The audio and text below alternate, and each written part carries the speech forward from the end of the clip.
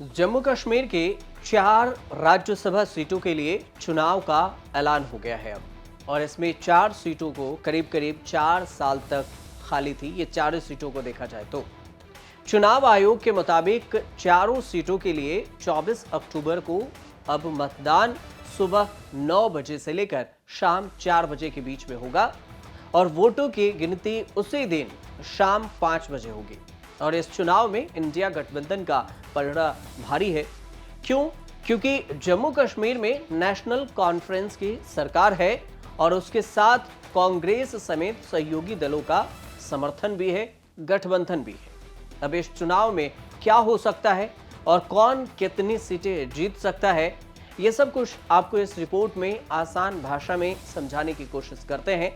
2024 में केंद्र शासित प्रदेश जम्मू कश्मीर में विधानसभा चुनाव हुए थे और इसके बाद से राज्यसभा चुनाव की मांग हो रही थी, लेकिन अब तक नहीं हुई थी। चुनाव कार्यक्रम का ऐलान करते हुए चुनाव आयोग का अब ये कहना हुआ कि जम्मू कश्मीर राज्य को 2 केंद्र शासित प्रदेशों में बांटा गया था और अब जम्मू और कश्मीर, इसके अलावा लद्दाख है। जम्मू कश्मीर के विधानसभा भी भंग थी और इसलिए निर्वाचन मंडल की कमी की वजह से चुनाव पेंडिंग था, तो अब तक चुनाव नहीं हो सके थे। लेकिन अब समझना जरूरी यह है कि कैसे इस चुनाव में नेशनल कॉन्फ्रेंस सबसे ज्यादा मजबूत हो सकती है, क्योंकि 2024 के अगर विधानसभा चुनाव को पहले समझें तो आपको समझ में आएगा। 2024 के विधानसभा चुनाव में नेशनल कॉन्फ्रेंस ने 42 सीटें जीतकर सत्ता हासिल की थी। 29 सीटें जीतकर बीजेपी मुख्य विपक्षी दल बनी, मतलब दूसरे नंबर पर रही और विपक्ष में हार गई। विधानसभा चुनाव में कांग्रेस को 6 और पीडीपी को 3 सीटें मिली। अब सीपीएम, जे&के, पीपल्स कॉन्फ्रेंस और आम आदमी पार्टी को एक सीट पर सफलता मिली थी। 7 सीटों पर निर्दलियों ने यहां पर कब्जा किया था।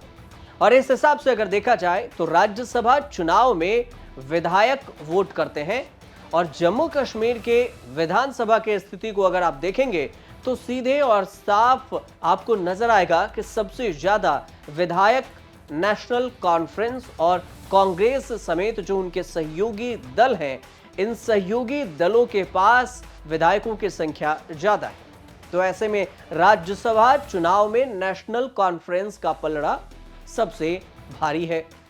अब ऐसे इसी वजह से यह उम्मीद की जा रही है कि कांग्रेस और नेशनल कॉन्फ्रेंस गठबंधन आसानी से 3 सीटें निकाल लेगा।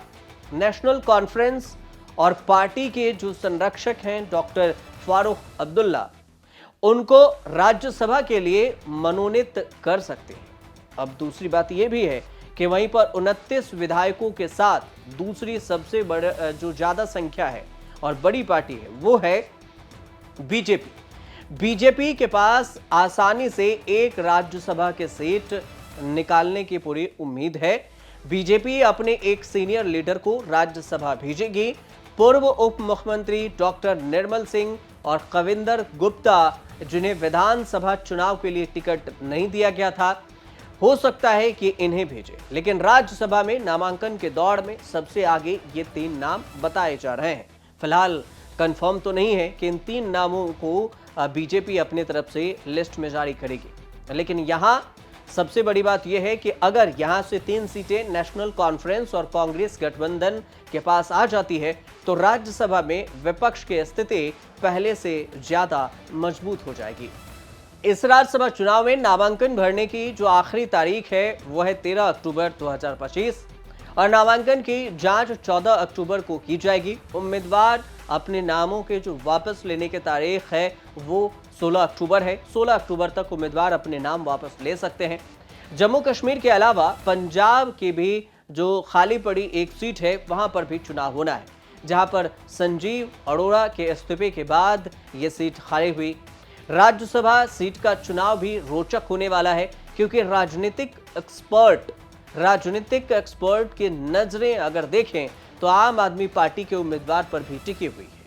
संजीव अरोड़ा लुधियाना में विधानसभा चुनाव जीतने के बाद पंजाब में कैबिनेट मंत्री बन चुके हैं और इस हिसाब से ये सीट भी खाली हुई।